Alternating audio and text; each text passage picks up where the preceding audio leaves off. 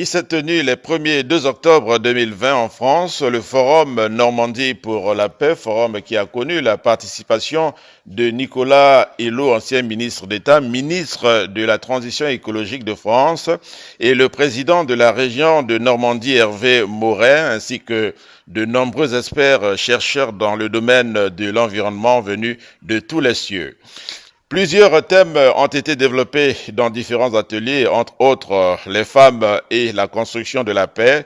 Après la crise qu'est le monde post-Covid-19, Amazonie, enjeux planétaires, l'enfance dans les conflits et j'en passe. Le décor affiche des ouvrages qui renseignent sur la vie de la planète depuis des temps non prescrits. Invité à ses assises pour son action sans discontinuer sur la vie de la planète et intervenant dans l'atelier consacré à l'Amazonie, Michel Innocent-Peya a salué l'assistance quant au regard bienveillant porté sur l'Amazonie, premier poumon écologique mondial, mais il ne dissimule pas son étonnement et son inquiétude sur l'absence du débat de même nature autour du bassin du Congo, le deuxième poumon écologique mondial. C'est, dit-il, une impair grave dans la complémentarité des deux entités. Je voudrais vous remercier de la bonne attention que vous portez notamment à l'Amazonie, qui est le premier poumon de la planète, la première réserve de l'humanité. Mais je regrette une inquiétude. On a soulevé le problème de l'Amazonie. Je ne sais pas si parmi nous déjà connaissent le deuxième poumon de la planète, qui est le bassin du Congo. Et nous remarquons avec beaucoup de regret que cette entité n'est pas prise en compte, notamment lors des grandes rencontres, lors des grands débats, lors des grandes discussions. Déjà pour l'Amazonie, ça nous fait un honneur. L'Amazonie comme le bassin du Congo sont deux sœurs jumelles et devaient agir en complémentarité. Autant que l'Amazonie souffre, autant que le bassin du Congo souffre. Et c'est pourquoi, quand le monde s'engage à voler au secours à l'Amazonie, il faut d'un côté aussi qu'on pense à la sœur jumelle qui est du côté, qui a les mêmes souffrances. Nous avons, au niveau du bassin du Congo, les chefs d'État qui s'engagent de manière forte à faire entendre les préoccupations des peuples environnant le bassin du Congo. C'est pourquoi autant les autochtones ont des problèmes, autant les peuples gardiens du bassin du Congo ont des problèmes.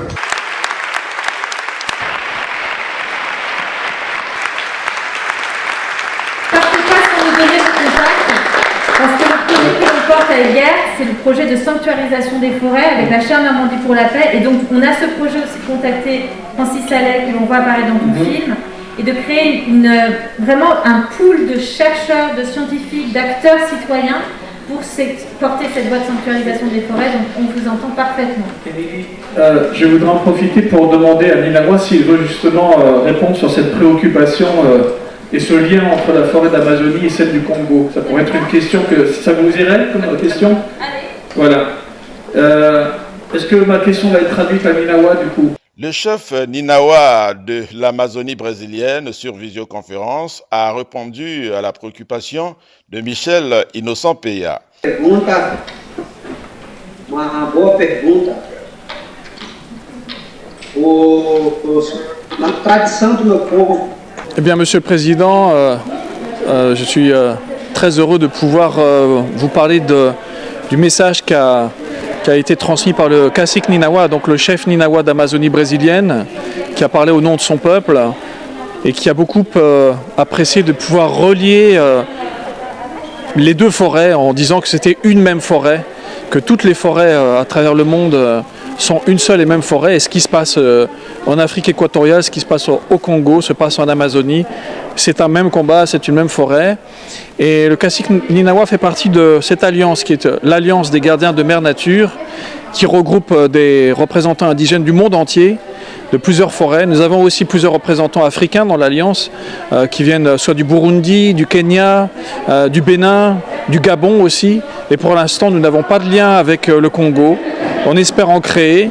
On aimerait immensément qu'une délégation de cette alliance puisse venir un jour au Congo, parce que ce combat est planétaire. Et c'est vrai que pour l'instant, les médias négligent complètement ce qui se passe dans la forêt. Cette forêt au Congo a besoin d'être sauvée, a besoin aussi d'être médiatisée. Et vous pouvez compter sur nous pour pouvoir le faire. D'autres voix du continent africain et d'ailleurs se sont fait entendre dans d'autres ateliers. a besoin de l'empathie. On a besoin que les gens comprennent ce que nous vivons, ils se mettent à notre place et ils agissent. Il faudrait agir, tous les peuples autochtones qui ont les connaissances et savoirs traditionnels de la nature, qui peuvent nous faire sortir de cette crise environnementale. Monsieur Ricky, que je viens d'évoquer, l'Afrique c'est le clé. Donc il faut soutenir mais pas imposer. Il faut travailler avec, écouter et apprendre de l'Afrique et après on peut avoir la paix. Il faut beaucoup communiquer pour rendre visible le rôle combien important que joue le bassin du Congo dans la protection de la planète. C'est le souhait toujours exprimé par les chefs d'État des pays du bassin du Congo et par ricochet de tout le continent. Nous le retiendrons encore du dernier sommet de Brazzaville le 21 avril 2018. Les conclusions de ce sommet donnent les fruits escomptés. Cette avalanche des réactions, on sent la traduction éloquente. De nombreux experts et chercheurs ont annoncé leur détermination à venir toucher du doigt les réalités du bassin du Congo à travers cet échantillon qui demande l'autorisation au chef de l'État congolais Denis Sassou Nguesso en sa qualité de président de la commission climat du bassin du Congo et grand défenseur des écosystèmes. Monsieur le Président, je suis très heureuse et honorée de pouvoir vous relayer ce message en direct du Forum mondial Normandie pour la paix. Aujourd'hui, nous avons rencontré des personnes venant du Congo et nous serions infiniment honorés que de travailler avec vous pour la protection de la forêt du Congo, avec des leaders indigènes aussi qui viennent d'Amazonie, avec des scientifiques qui consacrent leur vie à la protection des forêts tropicales.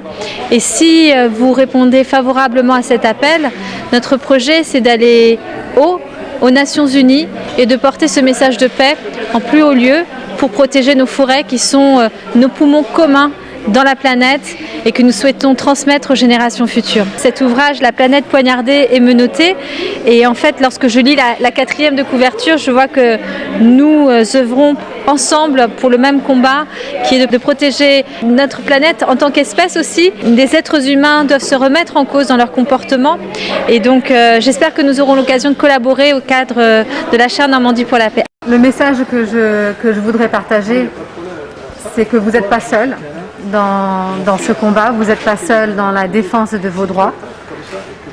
C'est le cacique Ninawa qui l'a bien dit, que la forêt d'Amazonie, c'est le même esprit que la forêt partout, le même esprit que la forêt au Congo. Et quand on défend un lieu, on défend la planète, on défend les droits des générations futures. Et on sait qu'en tant que peuple autochtone, vous êtes les meilleurs gardiens de ces écosystèmes sur lesquels on dépend tous. Nous sommes avec vous, on fait ce qu'on peut, même si on parle d'Amazonie, il y a toujours un lien avec tous les endroits autour du monde. C'est un combat qui est difficile, mais vous n'êtes pas seul. De même, Michel Innocent Peya a saisi cette occasion pour échanger avec les étudiants de l'université Panthéon Sciences Po dans un atelier animé par ces derniers sur les préoccupations qui sont les leurs face à la crise écologique, sanitaire, économique et sociale actuelle. Vous êtes tous conscients que le combat que mène l'État congolais, elle est réellement la représentante de la jeunesse mondiale. Si tel est le cas, il est établi que les jeunes à travers le monde représentent 70% de la population mondiale. Ce qui veut dire que la position de la jeunesse ne peut pas connaître d'obstacles si tous les jeunes sont unanimes. Justement, je me suis sur votre propos en disant que ça, les Wetenberg peut être un porte-étendard, pourquoi pas une forme même utopiste d'une jeunesse en mouvement, mais il faut aussi prendre compte de la réalité que chaque pays, les jeunes n'ont pas forcément le même accès à l'information. Donc je pense que si peut-être un sondage parmi la jeunesse mondiale. Toujours dans le souci de vendre l'image du bassin du Congo, conformément aux orientations du président de la commission climat, Michel Innocent Peya a dédicacé de nombreuses personnalités, et nous citerons quelques-unes, à savoir Nicolas Hulot, ancien ministre d'État, ministre de la Transition écologique de France, le président de la région de Normandie, Hervé Morin, Émilie Gaillard, maître de conférence en droit national de l'environnement. Fanny Benedetti, directrice exécutive du comité ONU Femmes France. Céline Cousteau, exploratrice spécialiste des documentaires sur l'Amazonie. Barbara Hendricks, ambassadrice honoraire auprès du HCR à vie. Tout est bien qui finit bien. Le forum Normandie pour la paix a tiré ses rideaux le vendredi 2 octobre 2020.